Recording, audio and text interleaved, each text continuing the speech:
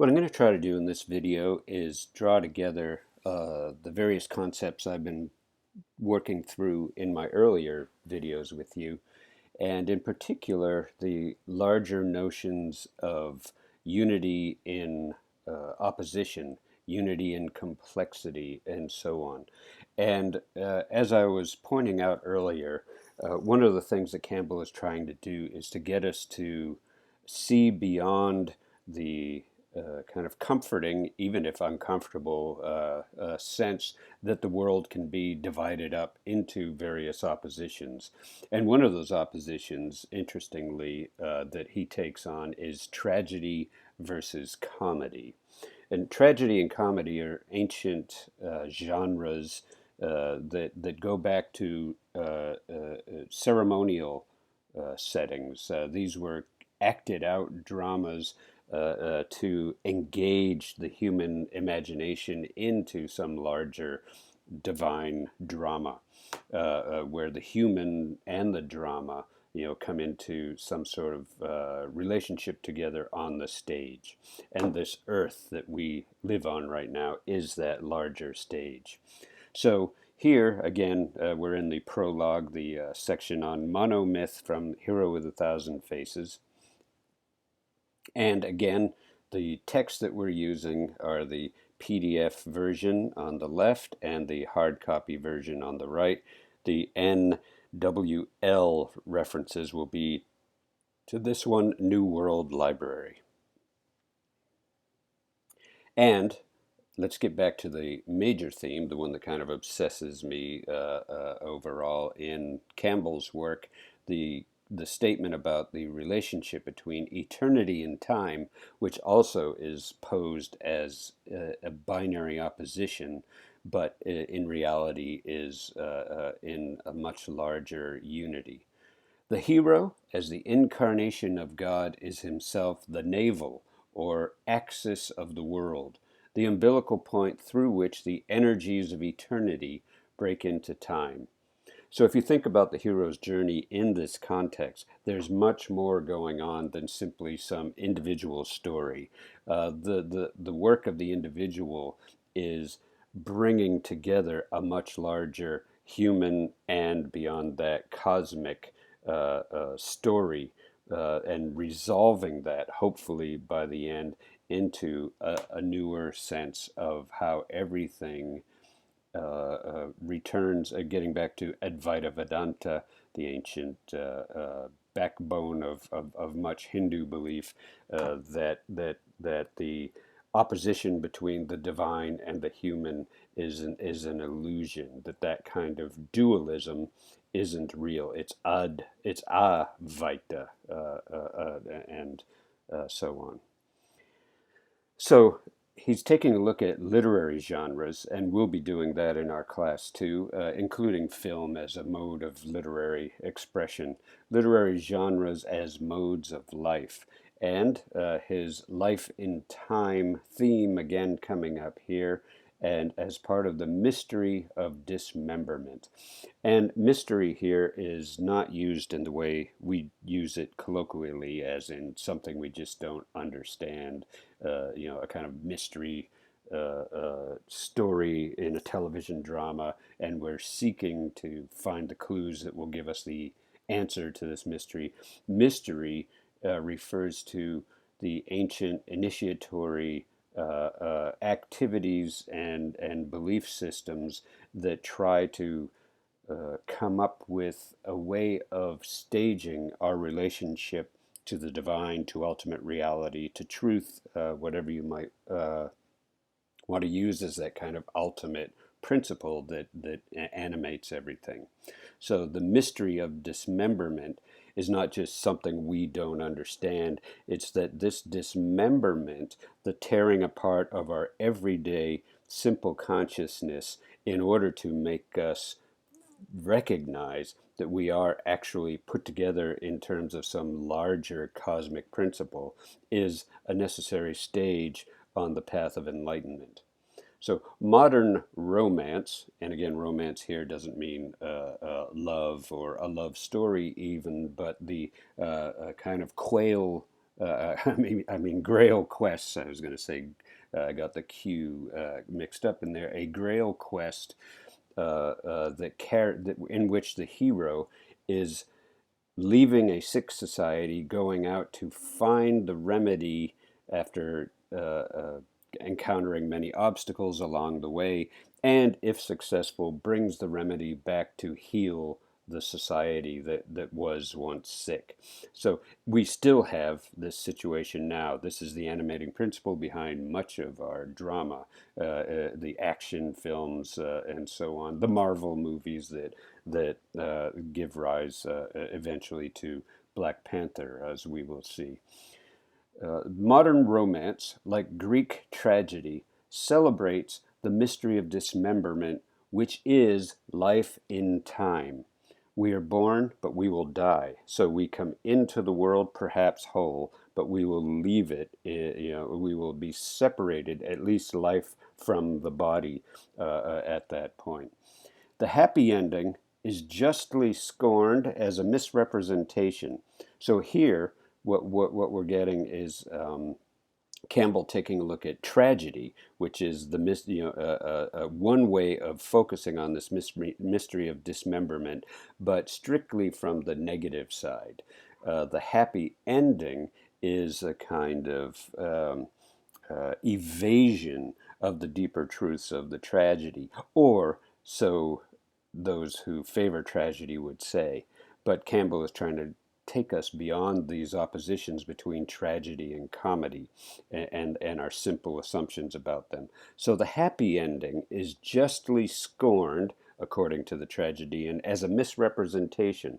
For the world as we know it, as we have seen it, yields but one ending: death, disintegration, dismemberment, and the crucifixion of our heart with the passing of the forms that we have loved.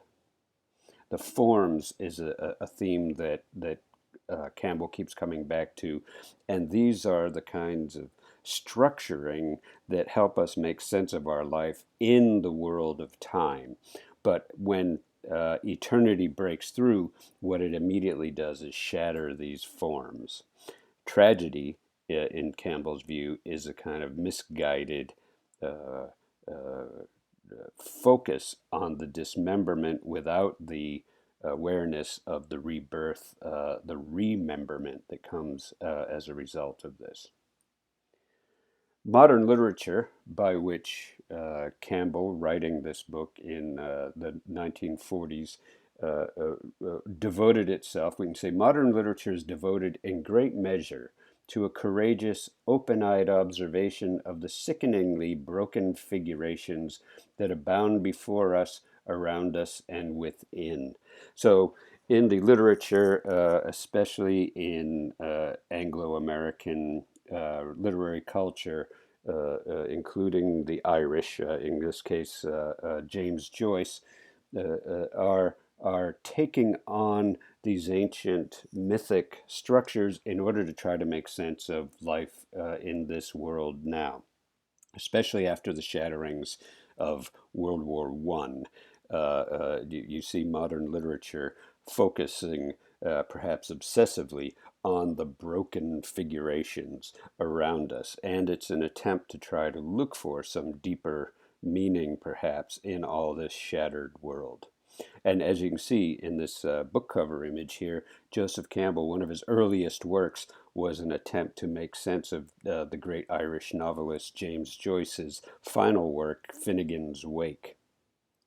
Some of the other works that Campbell was interested in and that also represent this notion of modern literature are The Wasteland by T.S. Eliot. You can see the little brown cover of one of the early versions of that, and the typescript with all the handwriting to the right is one of the early drafts of The Wasteland.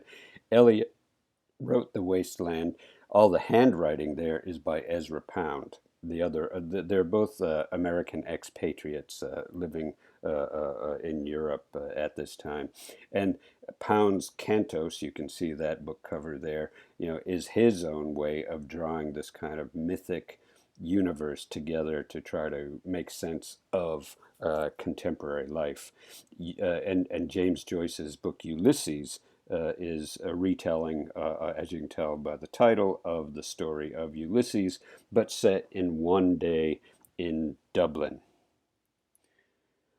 Where the natural impulse to complain against the Holocaust has been suppressed, to cry out blame or to announce panaceas, the magnitude of an art of tragedy, more potent for us than the Greek, finds realization. The realistic, intimate, and variously interesting tragedy of democracy, where the god is beheld crucified in the catastrophes, not of the great houses only, but of every common home, every scourged and lacerated face. And here Campbell is using the word Holocaust. He's writing at the end of the Holocaust we know of in the 20th century with the Nazi persecution of the Jews.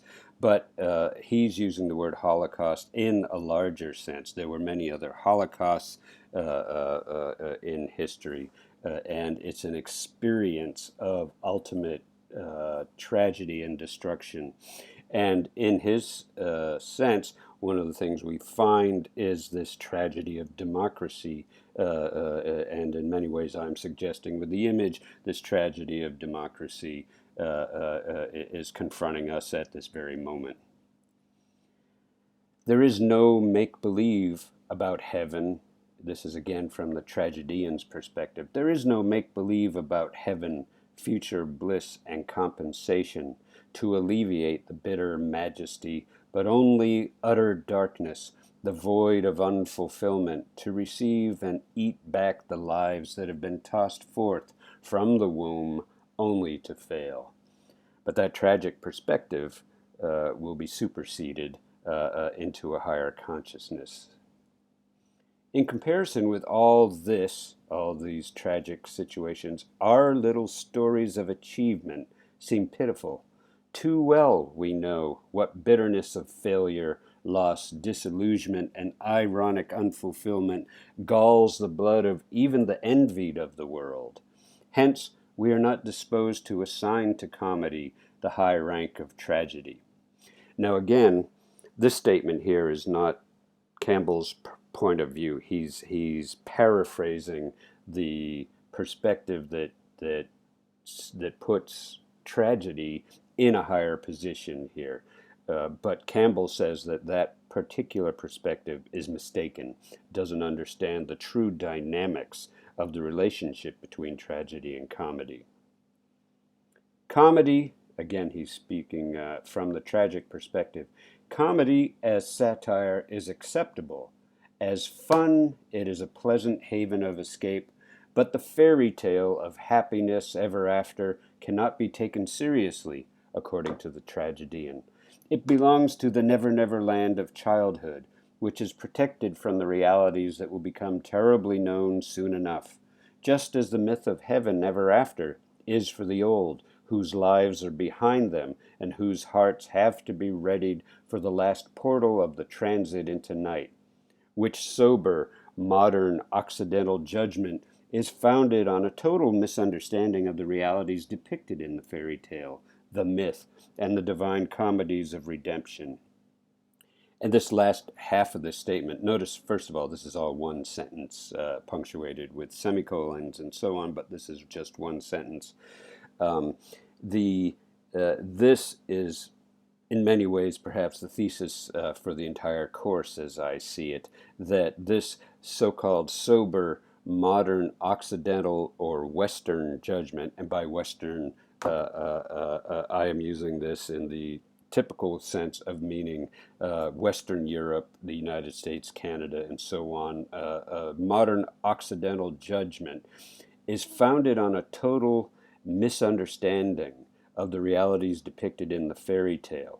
So if we get back to our notion of popular culture, we'll be going on to Pan's Labyrinth, and the question of the fairy tale is at the heart of that. The fairy tale in the face of tragedy, especially the rise of fascism that we see in the 1930s and 1940s, and that we see on the rise again today, here in our own country.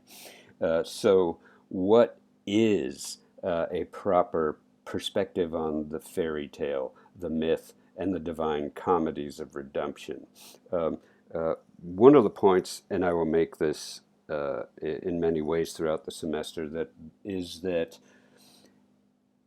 from my perspective, notions such as popular literature, science fiction, fantasy stories, fantasy film, and so on, are categories that make room for imagining something beyond our everyday reality. But behind that category, behind these genres, is the unacknowledged statement that this is just fairy tale. Don't take this too seriously. This is science fiction. This is fantasy. These are fairy tales. This is myth, and myth in the dismissive sense of myth versus scientific understanding. Whereas from the perspective that Campbell is operating within, myth is much larger than even our scientific understanding. He does not dismiss science by any means, but he does not hold it as above, in terms of truth, the myth. These, in the ancient world, were regarded as of a higher rank than tragedy. He's again referring back to the fairy tales, the myth, and so on, are held in higher rank than tragedy, of a deeper truth, of a more difficult realization, of a sounder structure, and of a revelation more complete. So this contradiction versus transcendence is again a false. I mean, the supposed contradiction between myth and tragedy is a misunderstanding, according to Campbell, of a deeper sense of their relationship. The happy ending of the fairy tale, the myth, and the divine comedy of the soul is to be read not as a contradiction, but as a transcendence of the universal tragedy of man. So usually we pose tragedy and comedy in relation to one another. Tragedy is a much higher, nobler truth, and comedy is kind of ridiculous and a way of escaping reality. Campbell says that's the complete opposite. But by comedy, he means something different than what we often mean, in terms of, for instance, the current genre in Hollywood of romantic comedies and so on. Comedy is a story about the ultimate journey of the society, the culture, and in ancient times often ended in a marriage. That marriage was a reunification, a resolution of these conflicting aspects. If Romeo and Juliet didn't end with the deaths of the lovers, but their marriage, that would be a comedy, and it would be a way of reconciling the contradictory elements that the peoples of those cultures were trying to deal with. So this is not a contradiction. The happy ending of the comedy is not a contradiction, but a transcendence of the universal tragedy of man. There is this universal tragedy, but we have a higher perspective that makes sense of this. The objective world remains what it was. That's the level of science, we could say. But because of a shift of emphasis within the subject, within the perceiver, within the thinker, the one who is piecing all this together, is beheld as though transformed. Where formerly life and death contended, they were in opposition, now enduring being is made manifest, as indifferent to the accidents of time as water boiling in a pot is to the destiny of a bubble, or as the cosmos to the appearance and disappearance of a galaxy of stars. Tragedy is the shattering of the forms and of our attachment to the forms. Comedy, the wild and careless, inexhaustible joy of life invisible. Thus the two are the terms of a single mythological theme and experience, which includes them both, and which they bound, the downgoing and the upcoming, kathodos and anados, which together constitute the totality of the revelation that is life, and which the individual must know and love if he is to be purged, catharsis equals purgatorio, of the contagion of sin, disobedience to the divine will in many conceptions, and death, identification with the mortal form. All things are changing, nothing dies. The spirit wanders, comes now here, now there, and occupies whatever frame it pleases. For that which once existed is no more, and that which was not has come to be. And so the whole round of motion is gone through again. Only the bodies, of which this eternal, imperishable, incomprehensible self is the indweller, are said to have an end. It is the business of mythology proper and of the fairy tale to reveal the specific dangers and techniques of the dark interior way from tragedy to comedy. Hence, the incidents are fantastic and unreal. They represent psychological, not physical triumphs. And this is the perspective underlying Freud in his way, Carl Jung, and many others who turn to psychology, the study of the mind as the seat of the soul, as a deeper truth than the physical world. Even when the legend is of an actual historical personage, the deeds of victory are rendered not in lifelike but in dreamlike figurations. For the point is not that such and such was done on earth.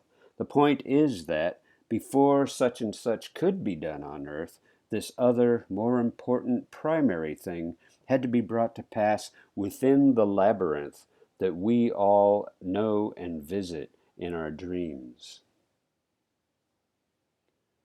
The passage of the mythological hero may be overground, incidentally. Fundamentally, it is inward, into depths where obscure resistances are overcome, and long-lost forgotten powers are revivified to be made available for the transfiguration of the world.